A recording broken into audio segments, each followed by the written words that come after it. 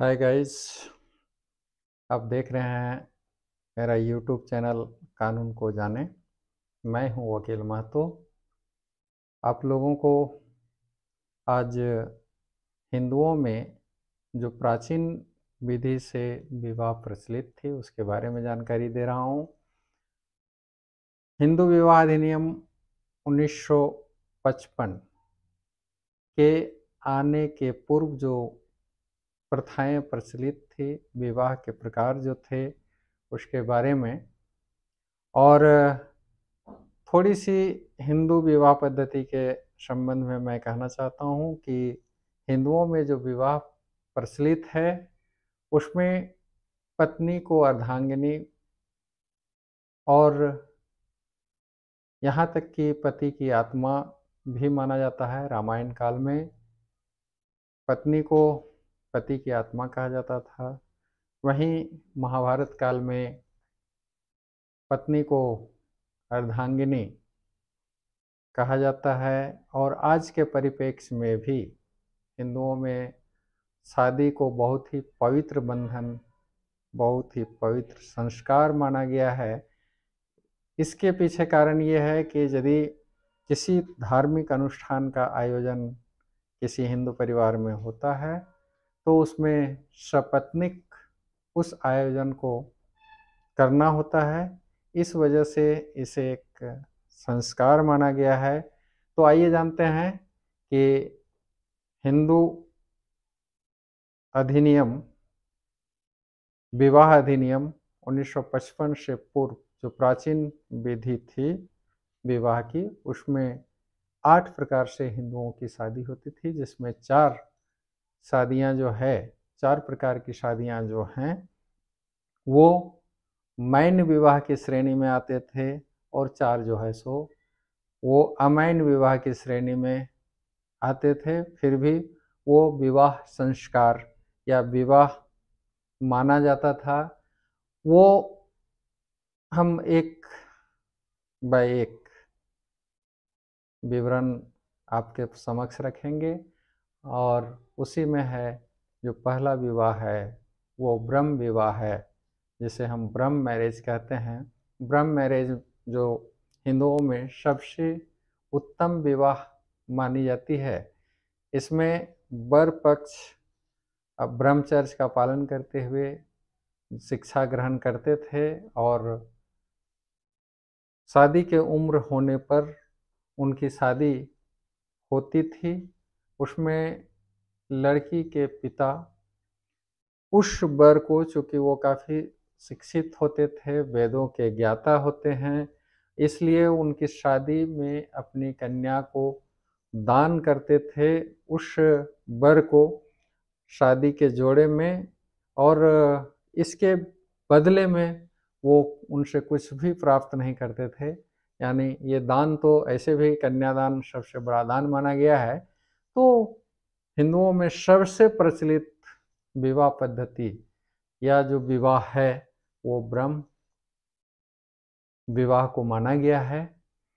और इसके बाद है दूसरी स्थान पर जिसे हम देव विवाह कहते हैं। देव विवाह उससे थोड़ा सा कम, या ऐसे कह सकते हैं कि देव विवाह में लड़की का पिता जो होता है अपनी लड़की को दान स्वरूप अपने पुरोहित को देता है, और इस प्रकार से इसमें कुछ न कुछ ट्रांजैक्शन की बात आती है, इसलिए थोड़ा सा इन्फीरियर ब्रह्म मैरिज से या ब्रह्म विवाह से थोड़ा कम, परंतु ये विवाह भी उत्तम माना गया है।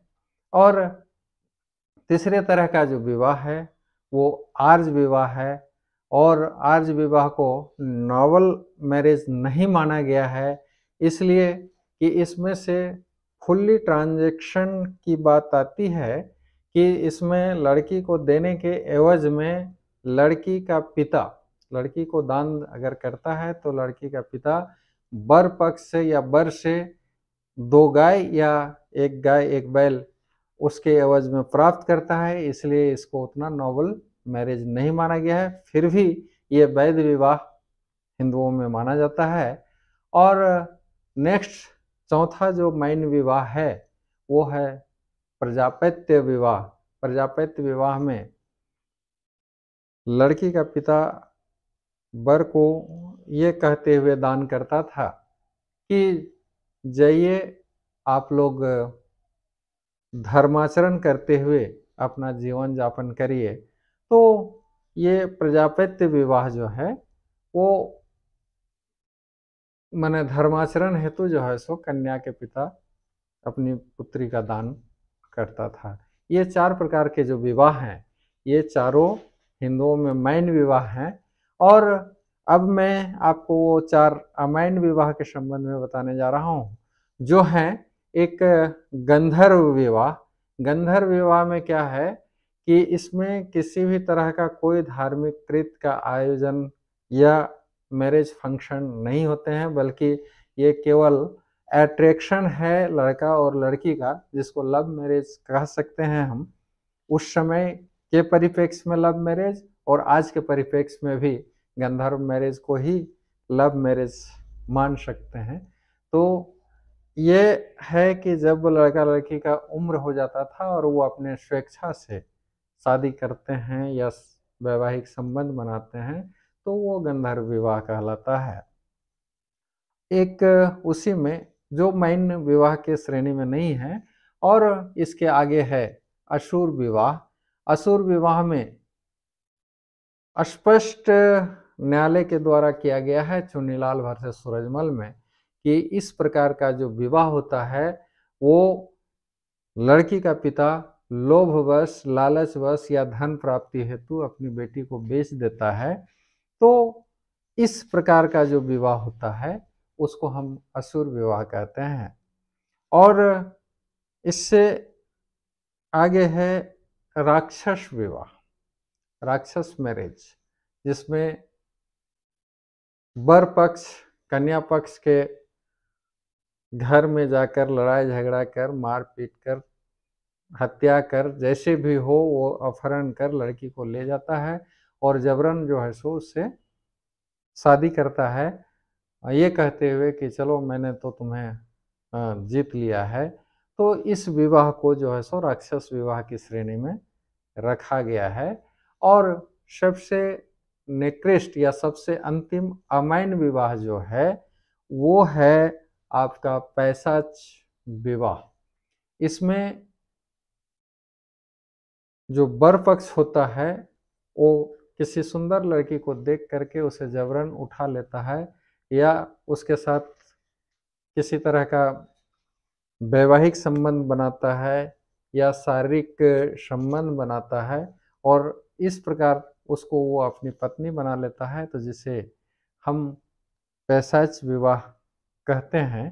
तो हिंदू मैरिज एक्ट आने के पूर्व ये जो विधियां हैं विवाह की 8 प्रकार की जो विधियां हैं, जिसमें 4 माइन हैं और 4 अमाइन हैं, जो विधि सम्मत, अमाइन का मतलब है विधि सम्मत नहीं है, और जो 4 पहले बोले हैं ब्रह्म विवाह, देव विवाह, ये आर्य विवाह और प्रजापत्य विवाह, ये लीगल मैरिज माना गया है उस समय के परिप्रेक्ष्य में भी और आज के परिप्रेक्ष्य में भी।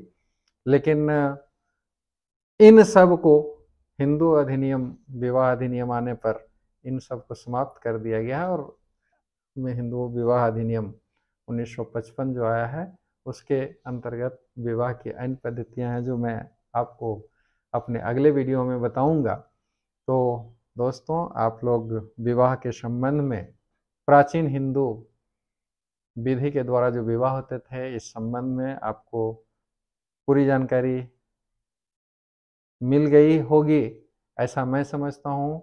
तो आप मेरे चैनल में इसी प्रकार का वीडियो देखने के लिए मेरे चैनल कानून को जाने को लाइक, सब्सक्राइब और शेयर अवश्य करें तथा इसी तरह का वीडियो पाने के लिए बेल आइकन को पुश करें। जय हिंद।